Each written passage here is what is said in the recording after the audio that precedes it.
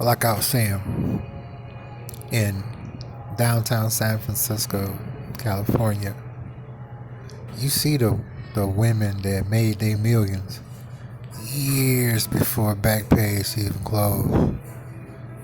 Most of them is enjoying their life from other business ventures that money created for them. You see more of those down here than not. Like I said, when I went in the hood or be in the hood, San Francisco area, you could see the ones that I'm not going to sit back and say something was majorly wrong with them.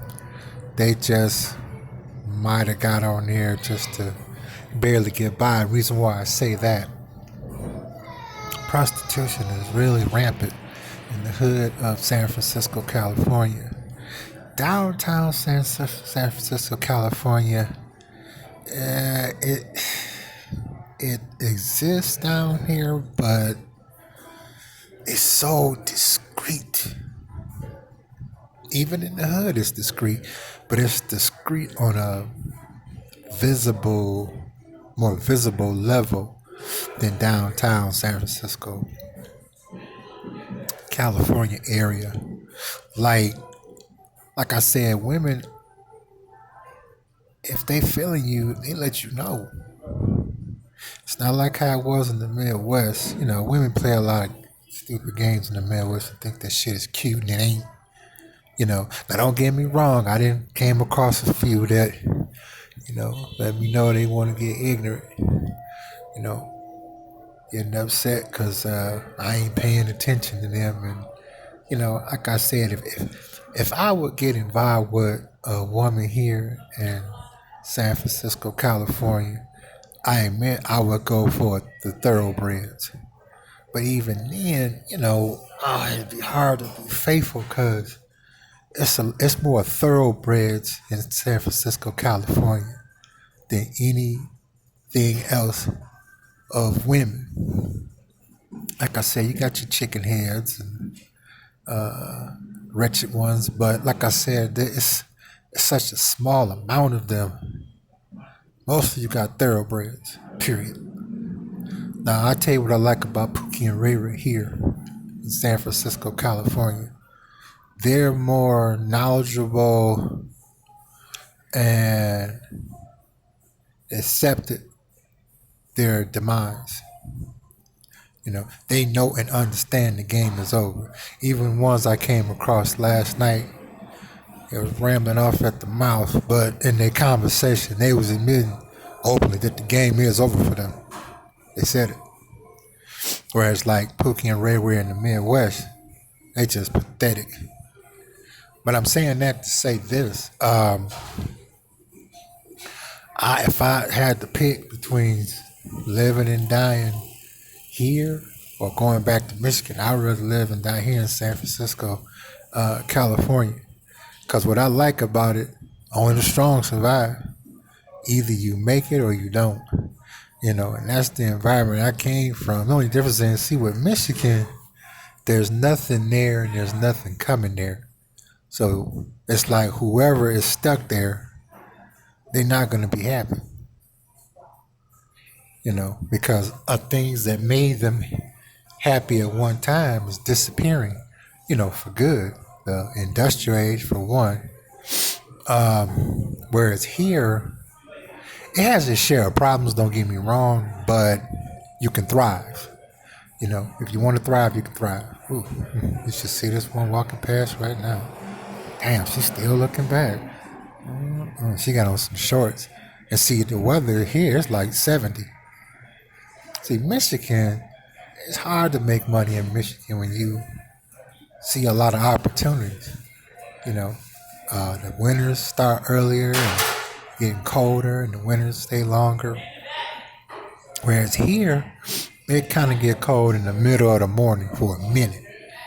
But as soon as it's daylight, it's warm again all day. So I'm spoiled rotten. The thing is picking what woman you want to talk to today or what women you want to talk to today. Because it's just like Lay's potato chips. You just can't have one. It's so many of them. Man, I've never experienced this before. Like I said, a friend of mine told me about it when he went to the service and traveled all around the world. He told me about this place. And boy, oh boy, was he right. You know, the hardest part, like I noticed when I was in the hood in San Francisco, California, oh, some pretty women there. But with them, it's like, okay, that's what I picked up. I said, all right, if you get one in this area, you it's gonna be hard because she ain't gonna want to let you go. And they so pretty. It's one thing to see a pretty woman like in the Midwest. I've seen some pretty women. I have. But what kills the mood about that pretty women in the Midwest is a lot of times they be skanky, masculine, manly. Whereas these here, they feminine, ultrally feminine, elegantly feminine. They be look good. They be looking so good. I didn't even think a woman could take it up to this level, to be honest with you, until I came here. It taught me that you can always learn something else. There's always something else new to learn.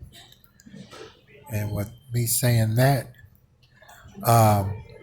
prostitution still thrives in San Francisco, California. Oh, I'll tell you another thing too. Remember the videos I made about me being gay on the down low? You know what I like about being out in San Francisco, California? They stay in their own lane. They don't even bother you. Period. Period. Now that's how it was when I grew up. I always knew about the gay community, but they was always nice. They never bothered nobody. They always stayed to themselves. They stayed in their own lane. Any events that they gave, it was, their type of lifestyle of people that were invited. They never bothered anybody. That's how it is here in San Francisco, California. So it's like, shoot, all these women here, I'm like, wow, this is cool. Cause okay, like being in the Midwest, you see a woman and y'all catch one another staring at each other.